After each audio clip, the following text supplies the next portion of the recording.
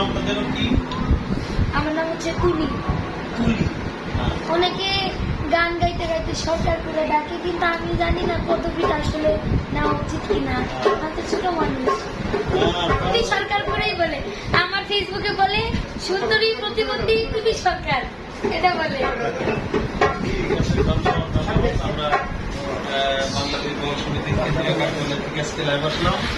আমাদের এখানে একজন শিল্পী আসছে, খুব সুন্দর চেহারা, খুব সুন্দর, কিন্তু প্রতিবন্ধী।